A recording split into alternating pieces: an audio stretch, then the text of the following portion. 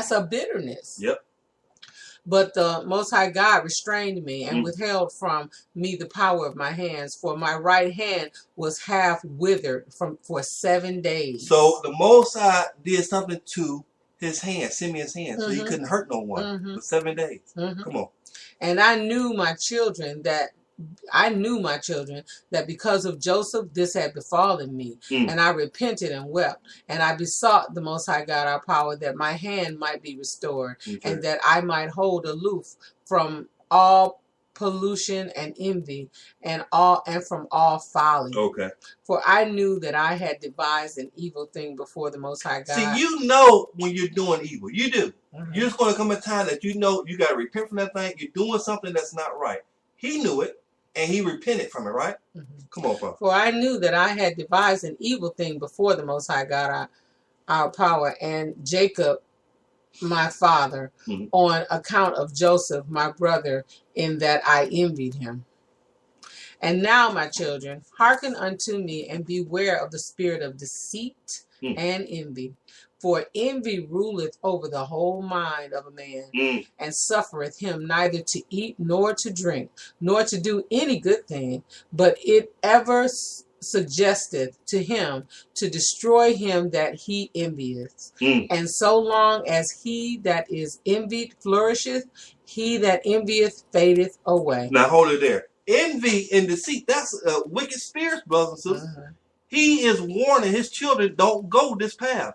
Don't let this take root in your soul. These are things that the 12 patriarchs recognized and fought against. Reuben, his lust. Okay.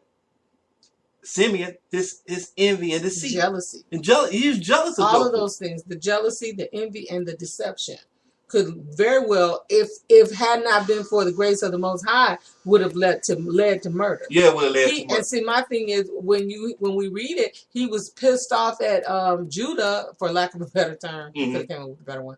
Pissed off with Judah because he let him go alive. So he really did want him to die. He wanted him to die, but you know what? The Most High stopped him. Go ahead, brother.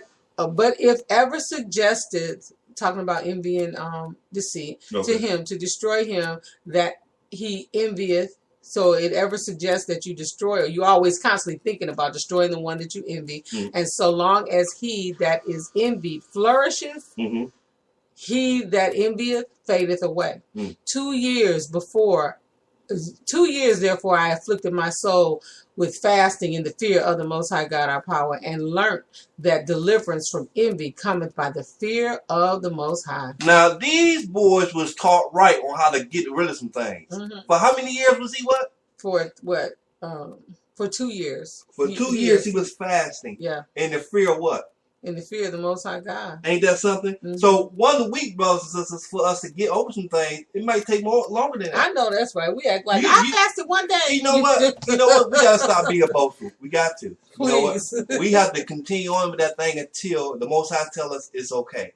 All right. And you can't put a time limit on it. But think about his 2 years. His stuff was deep. Yes. You know, and a lot of times we're not really assessing what we're doing in our hearts and our spirits, how we're calculating, how we're holding on to a thing, how we feel when we see a person and something a spirit comes upon you. And he understood the depths. Well, maybe not understood it, but he took 2 years to try to dig it out. And then verse 5, it says, for if a man flee to the Most High God, the evil spirit runneth away from him. That's scripture.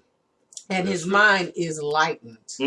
And henceforward he sympathized with him whom he envied, and forgiveth those who are hostile to him, and so ceaseth from his envy. That's a lot. That's a lot. Come on, we in verse 4. And my father asked concerning me, because he saw that I was sad. And I said unto him, he saw that I was sad. And I said unto him, I am pained in my liver, for I mourned more than all, because I was guilty of the selling of Joseph. And when we went down into Egypt, and he bound me as a spy, I knew that I was suffering justly, and I grieved not. Now Joseph was a good man and had the spirit of the Most High God within him. Being compassionate and pitiful, he bore no malice against me, but loved me even as the rest of his brethren. Beware therefore, my children, of all jealousy, and envy, and walk in singleness of soul. In singleness of soul. Come on. Walk in singleness of soul. I'm sorry, I lost my place. And with good heart, right? Okay, I'm sorry. I shrunk it. I'm sorry. And walk in singleness of soul and with good heart, keeping in mind Joseph, your father's brother, that the Most High may give you also grace and glory and blessing upon your heads, even as you saw in Joseph's case. Now, Simeon is talking to his children, right, on how to be blessed. You just change the words up here when it comes to your family. Walk in this with singleness in heart, loving your brother and your sister today. Do it today. So that no envy and deceit will take root in your life, brothers and sisters. Walk in forgiveness. Because if it has root in your life, check your liver. And people wonder why we're sick. Yeah. Some people are sick all the time. Yeah, bitterness, resentful, refuse to forgive. Yeah.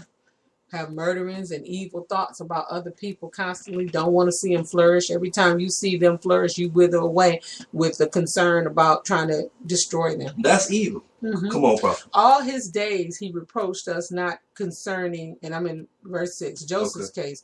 All his days he reproached us not concerning this thing, but loved us as his own soul, and beyond his own sons glorified us, and gave us riches and cattle and fruits.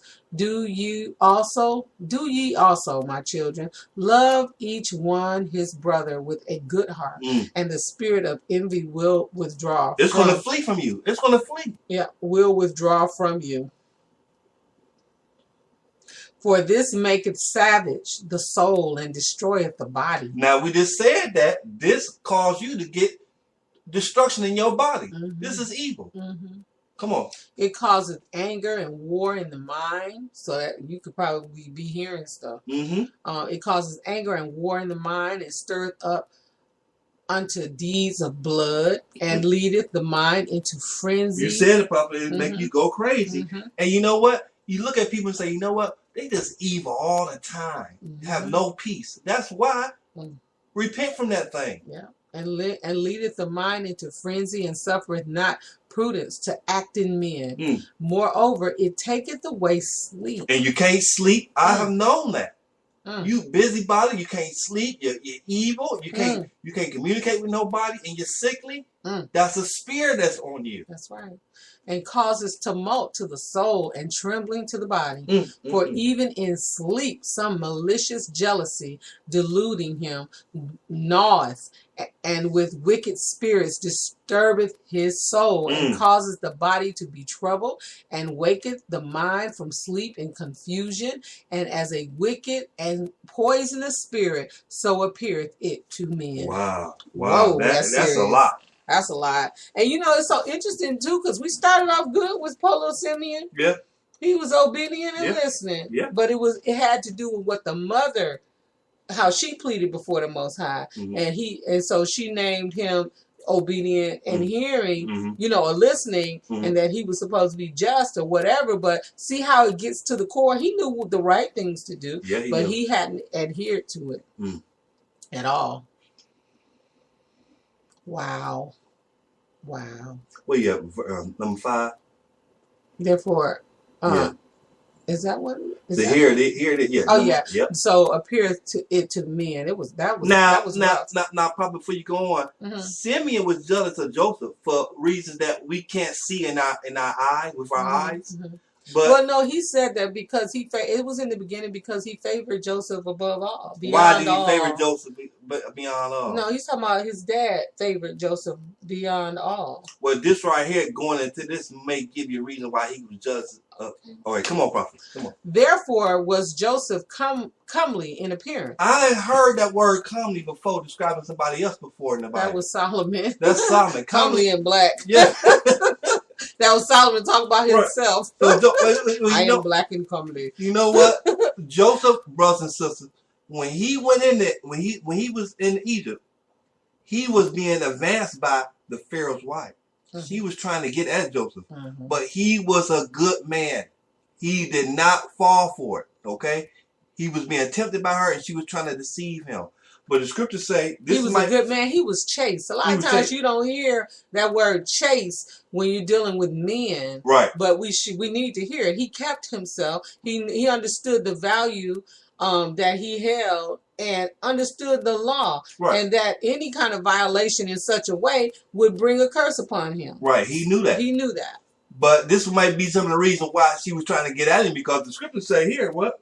Joseph was what? Therefore was Joseph comely in appearance and goodly to look upon. And goodly to look upon. So we don't know if Simeon was like goodly to look upon like Joseph. That could be just was jealous all the way around. All right. I mean, because him being goodly to look upon has nothing to do with his reference about his daddy's love. Right, right. And he more likely wanted that attention. And it probably didn't hurt that he was good to look upon. That probably made him favorable in a lot of ways. Okay. When you look at society today, they like to favor those that they believe look good. They tend to get all the breaks. So I'm sure it's something to that nature. Well, you know, it's a lot more there. Keep prophets. Read Salaki. Read verse 5 again. Sorry from the beginning. Therefore was Joseph comely in appearance and goodly to look upon, because no wickedness dwelt in him. Okay, so he had no wickedness in him either. Come on.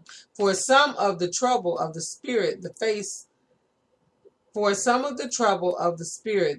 manifested. The face manifested. You can see in people's face they're hurting. Their spirits come on them. You can see it in their face. That's some wisdom he's given here, because that's something that they knew back when they walked the earth, that your face will show some of the spirits that are on you when you have a trouble of the spirit. The face manifested. And now, my children, make your hearts good before the Most High God, and your ways straight before men, and ye shall find grace before the Most High God and men. Beware therefore of fornication. Now he know about that. Yep. For fornication is mother of all evils, separating from the Most High and bringing near to Belair, which we know to be the deceiver and the adversary. For I have seen it inscribed in the writing of Enoch. Wait a minute. The 12 patriarchs, brothers and sisters, were the sons of Jacob, but they seen the writings of Enoch. Enoch was way before them. Enoch left a record. They had access to records of Enoch. Come on, prophet. For I have seen it inscribed in the writing of Enoch that your sons shall be corrupted in fornication, and shall do harm to the sons of Levi with the sword, but they shall not be able to withstand Levi, for he shall wage the war of the Most High, and shall conquer all your hosts, and they shall be few in number, divided in Levi and Judah. That's the scripture, right? And scatter them amongst Judah. Levi and Judah, that's a priest and king. And there shall be none of you for sovereignty, even as also our father prophesied in his blessings. Behold, I have told you all things that I may be acquitted of your sin. Now, if you remove from you your envy and all stiff-necked. We've been stiff-necked from the beginning. We're some stiff-necked people. Come on. As a rose shall my bones flourish in Israel, and as a lily my flesh in Jacob, and my odor shall be as the odor of Libanus, and as cedars shall holy ones be multiplied from me forever, and their branches shall stretch afar off. Then shall perish the seed of Canaan, and a remnant shall not be unto Amalek, and all the Cappadocians shall perish. These were their enemies in this day and time. Amalek, the Cappadocians, Canaanites. These was enemies of the 12 tribes. Come on. And all the Hittites shall be utterly destroyed. Then shall fail the land of Ham, and all the people shall perish. Then shall all the earth rest from trouble, and all the world under heaven from war. From war. But see, that didn't happen. Okay? He told them, if you do this, this is what happened, right? My sons, if you do this, I'm gonna have a good name behind me. Okay? It's gonna be a sweet smelling scent to the Most High, and there's gonna be peace. Right? But that didn't happen. Then the mighty one of Israel shall glorify Shem, for the Most High God